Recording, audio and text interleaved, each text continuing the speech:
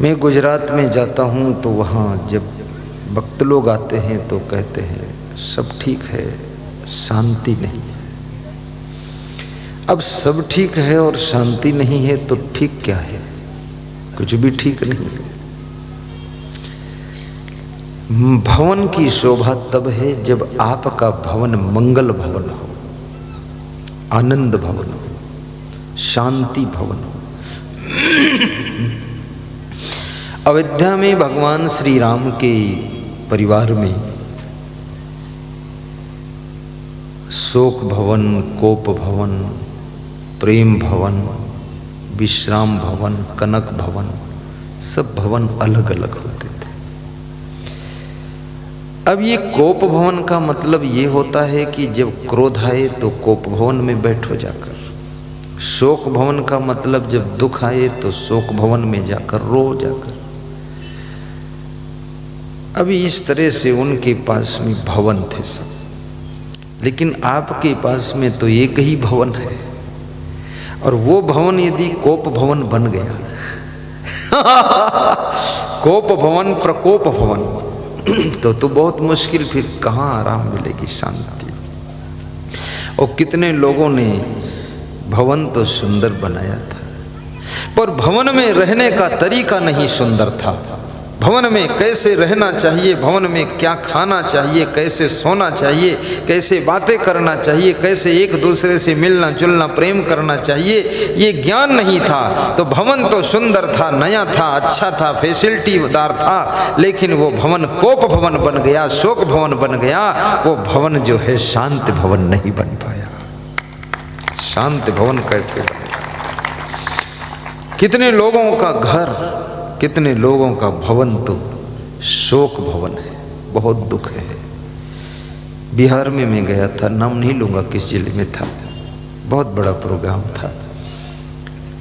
तो एक सज्जन अपने घर ले गए हमको, तो उनकी बहू इतना कोप में थी, क्रोध में। तो उसका पति भी था और ससुर भी था और मैं भी था और 2-3 साधु भी था। तो ले गए वहाँ। तो जब बहू के पास पहुँचे तो बहू ने इतना क्रोध किया है अपने पति के ऊपर, ऐसे अंगुली उठाकर बताया कि बहुत बर्दाश्त कर चुकी हो, बिल्कुल बर्दाश्त नहीं होगा। मेरे सामने बोला। मैंने कहा दरवाजा किधर है, मैं निकल जाऊंगा। ये तो बहुत मामला गर्म है, माहौल चल रहा है, इसमें गुरु जी का ज्ञान भी टिकने वाला नहीं। तो मैं वहां से निकला तो सत्य घटना।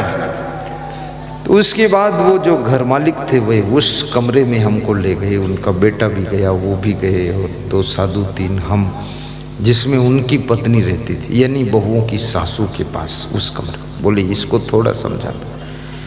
वो सासू इतनी खतरनाक, उसने कहा, मैंने कहा माता जी आप महान हो, 3 बहुएं हैं, इनको निभा लो, आप कले कलेश मत करो।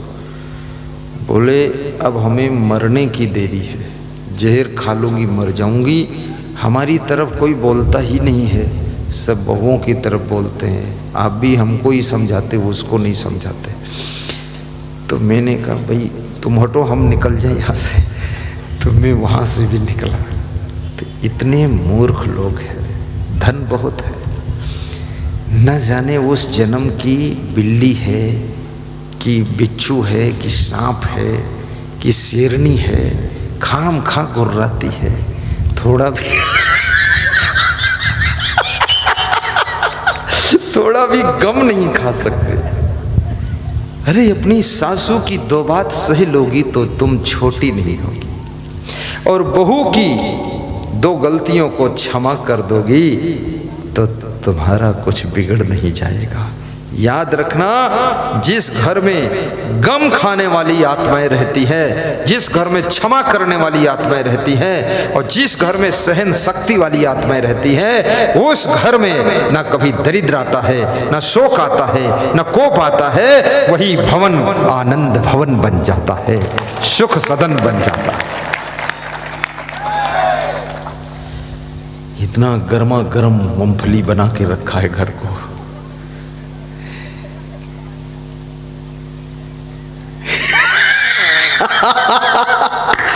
लोगों को मजा आया। मजा इसलिए है कि लोगों पर ज्यादातर यही बीत रही।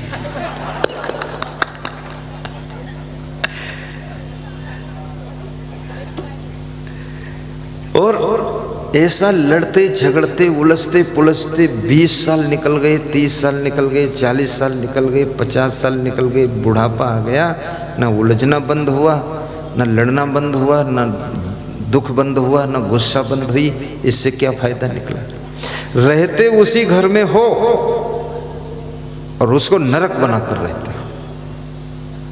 अब ज्यादा उसमें नरक तुमको दिख रहा, ज्यादा गड़बड़, तो घर छोड़ते क्यों नहीं हो? निकलो, भागो यहां से, जिला छोड़ो तुम, बेईमान कहीं के, उसी में घुस बच्चड़ बनाए।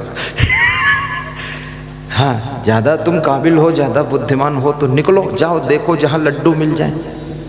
हमारे यहाँ तो कोई साधु ज़्यादा तिरपट हो जाए तो मैं उसको कहता हूँ, आप महाराज जी यहाँ से जाकर जहाँ आनंद मिले वहाँ ले लो, जाकर जाओ। और जब यहाँ से निकलता है ना, इतने जूते खाता है, फिर उसके बाद भौं भौं रोता है हमसे, अरे गुरुदेव।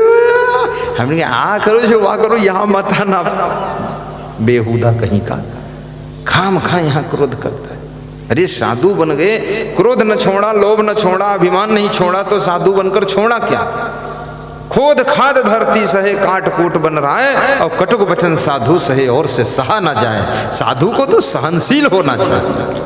क्षमा रूपम तपस्वी नाम। जब उसी घर में रहना है, बिना पति के काम पत्नी का नहीं चलेगा, ये पक्का है। और चल जाता तो शादी की जरूरत ही नहीं थी। तभी इस बनबूचड़ के साथ आने काम क्या था? आखिर इसके बिना काम नहीं चला, तभी तो 7 फेरा घूम के, अब उल्टा घूमो चाहे सीधा घूमो, बुदुर बुदुर करो, खुदुर बुदुर करो, अब यहाँ आई हो, अब तुमको यहाँ ज़्यादा उलझन है तो चलो निकलो, छोड़ो घर, ये जाओ जहाँ जाना तुमको, फालतू बकवास बनाती हो। अब जाओगी, तुमको इस तरह का भी पति नहीं मिलेगा, ठन ठन गोपाल मिलेगा। हाँ, मिलने वाला नहीं है। कौन फंसेगा लफड़े में किसी के?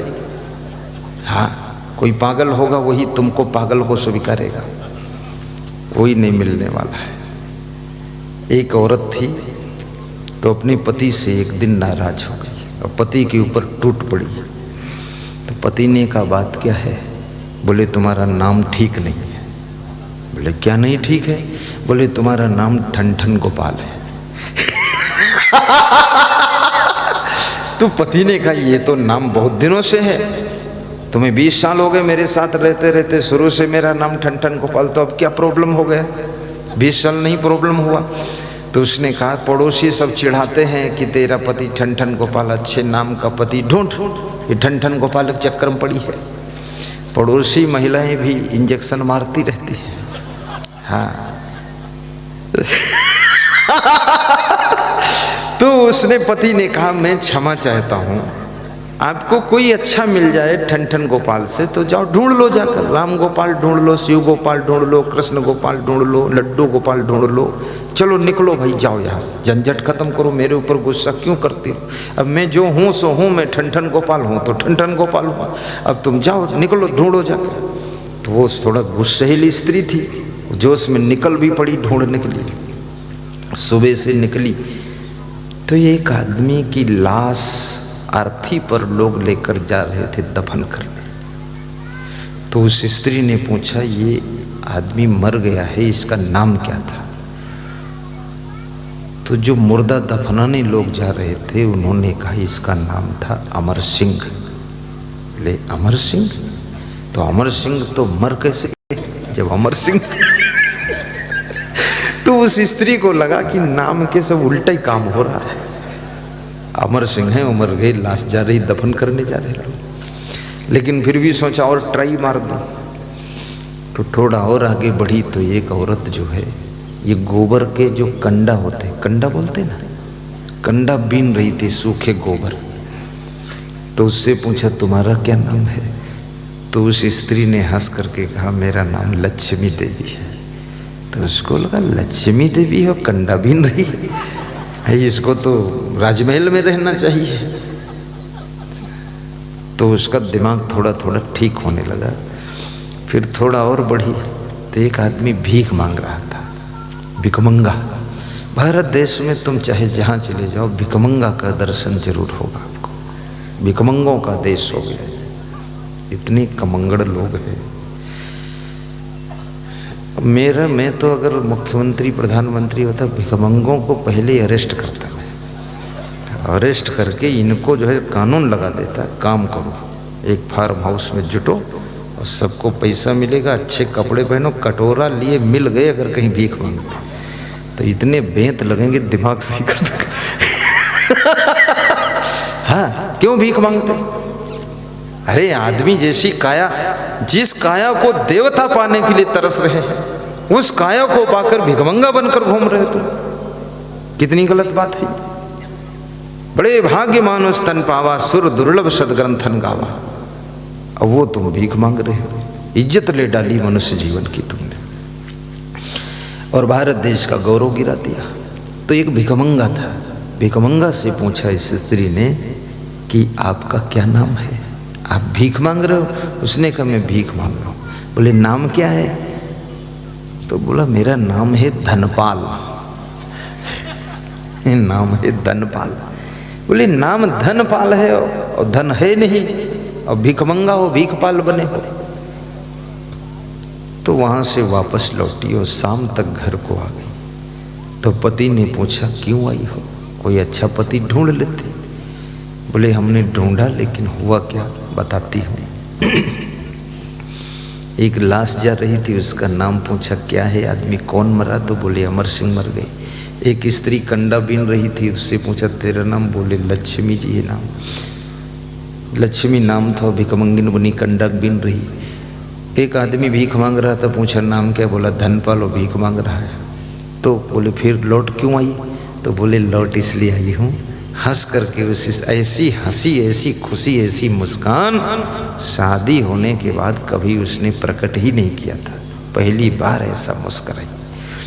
पति भी खुश हुआ कि चलो दिन भर घूमी फिर कम से कम इतना मधुर मुस्कुराई तो नहीं, थोड़ा भटकने के बाद बड़ी मधुर मुस्कान आ जाती है, ठोकरे खाने के बाद बड़ी अच्छी हंसी आती है। जिस घर में तुम, इसलिए तीर्थ यात्रा पे जरूर जाना चाहिए। तीर्थ यात्रा पे जाओ, धक्का खाओ, पंडा तुमको पीटे पाटे, ठोके ठाके, कोई जेब काटे, कोई गठरी उठा ले जाए, कोई ढकेल दे सीढ़ियों पर, दिमाग सही हो जाएगा। एक घर में इतना सुख सुविधा से रहते हो, बड़ा क्रोध आता, गुस्सा आती है, थोड़ा बाहर निकल कर देखो, सारा दिमाग ठिकाने आ जाएगा तुम्हारा। यहाँ बहुत अहंकार करते हो। 2 मिनट लेट हो गया रोटी लाना किचन से, इतने में ही वे बहुत एंटी हो गए।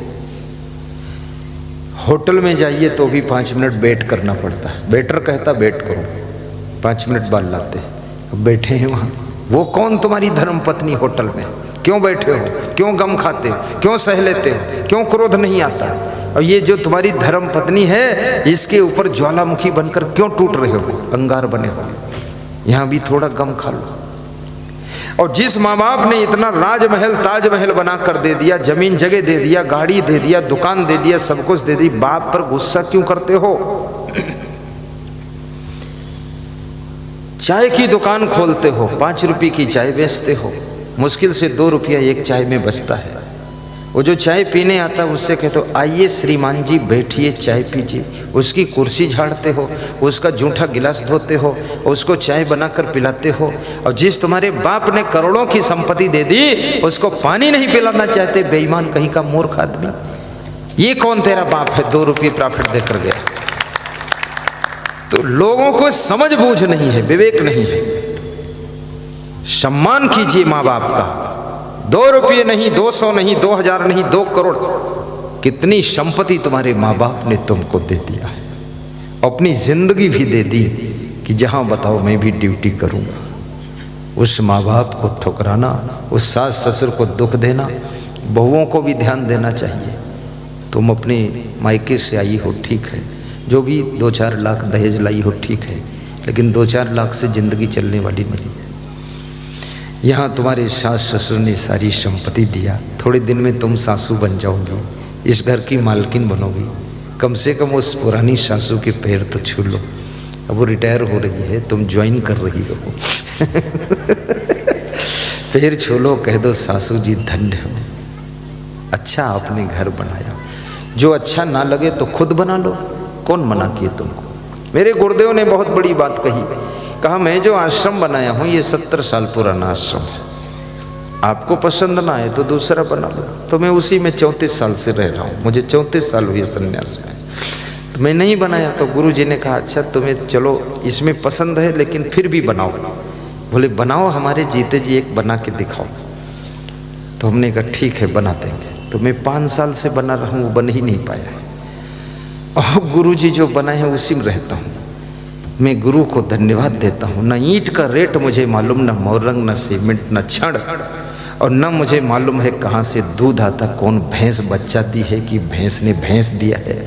हमको दूध मिल जाता, वहाँ जाता हूँ, चना चबाने को मिल जाता है, सब्जी खाने को मिल जाती है, सोने के लिए कमरा मिल जाता है। इससे बड़ा और गुरु मुझे आत्मज्ञान भी दिया, कल्याण भी किया, मुझे जीवन जीने का ढंग सिखाया। ऐसे गुरुदेव के चरणों में बार बार बलिहार होना चाहिए, उनके चरण छूकर प्रणाम करना चाहिए। कितने शिष्यों को देखा जाता है गुरु की ही निंदा करते रहते, इतने चंडाल खोपड़ी, वहीं दूध पीता है, वहीं मलाई खाता है, और वहीं पर खूब रजाई गद्दे फाड़ता है, और उसके बाद कहता है गुरुजी कुछ कर नहीं पाए। तो उससे मैं पूछता तूने क्या किया? बोले हमने 7 रजाई फाड़ी, ये कोई कम किया का? चोर कहीं का। कुछ ढेर नहीं लगा सकते, नहीं, बुद्धि नाम की चीज नहीं, रजाई रखने का कल नहीं। गिलास रखते हैं तो वो लुढ़क के गिर जाता है, अंग्रेजी में बात करते, हिंदी मालूम नहीं। कभी गुरु से नाराज मत हो, माँ बाप से नाराज मत हो, सास ससुर से गुस्सा मत हो। जो दिया जो मिला अच्छा है। अगर आपकी माँ बाप कहते हैं मैं जमीन तुमको नहीं दूंगा, तो डबल पैर छू लो, कह दो इससे बड़ा भाग्य क्या होगा। अब मुझे अपनी शक्ति दिखाने का वक्त आया है, कुछ मत दीजिए। आपने इतना सुंदर शरीर जन्म दे दिया, बचपन में हम कमजोर थे, लाचार थे, दूध पिलाकर बड़ा कर दिया, अब देने की कोई जरूरत नहीं है। अब आपन तेज संभारो आपे, तीनों लोग हाँकते कांपे। अपने तेज को संभालिए, सब हो जाए। रामचंद्र जी वनवास गए, लक्ष्मण साथ में गए, सीता जी गई, संकट बहुत आए, लेकिन अयोध्या से भरत से मदद नहीं मांगा, सूचना नहीं पहुंचाई कि थोड़ा सेना भेज दो, टुकड़ी भेज दो, यहाँ युद्ध करना। अरे कितने अपमान की बात है। अगर हमारे में शक्ति है तो वन के अंदर ही सेना नई बन जाएगी, और वन के अंदर ही हम विजय प्राप्त करेंगे। अयोध्या की मदद की जरूरत नहीं है, राम भगवान ने करके दिखा दिया। कितने लोग रोते चिल्लाते घूमत रहते हैं कि हमारे पिताजी हमका कुछ नहीं दीने, हमारी सासू सब जेठानी के दे दीने, हमका नहीं दीने। अरे जो बचा वो भी उसे दे दो, बेईमानों को छोड़ो, काम खत्म करो, निकलो वहां से, देखो तुम कितना अच्छा उन्नति करोगे। ये कचड़े लफड़े पचड़े में कहाँ फंसे हुए? तुम अपनी शक्ति को क्यों नहीं पहचानते हो? तुम बुराइयों में मत फंसो, गलतियां मत करो, अच्छी संगत में रहो, ज्ञान सुनो और आलस्य मत करो, इंद्रियों को वश में रखो। तुम जंगल में मंगल कर सकते हो। तांडव वन को भी पांडवों ने हस्तिनापुर से अच्छा राजमहल बना दिया था। ये सब आपके अंदर शक्ति छिपी हुई है। भाई भाई में बंटवारा हो, 2-4-10 हजार के लिए, थोड़ी चीज के लिए मारपीट कत्ल कुतल, ये सब फालतू काम है, छोड़ दो बेईमानों के लिए। अब कोई बहुत ही तुमको परेशान कर रहा है तो उससे मुकदमेबाजी भी करो, हिम्मत रखो, डरो मत, रो मत, केस लड़ो, न्यायालय में लड़ो, उसको हराओ, अपनी प्रॉपर्टी बचाओ, डरना भी नहीं चाहिए। और न्यायालय में केस नहीं लड़ोगे तो आखिर वकील लोग क्या खाएंगे बेचारे? वो भी तो आस लेकर बैठे कि मेरे को भी प्रभु कुछ देना, तो वहाँ भी थोड़ा माल पहुँचना चाहिए। हाँ। लेकिन कभी भी अपने घर में कोलाहल मत मचाइए, शोक भवन घर को मत बनाइए, कोप भवन भी मत बनाइए, घर को शांति भवन बनाइए।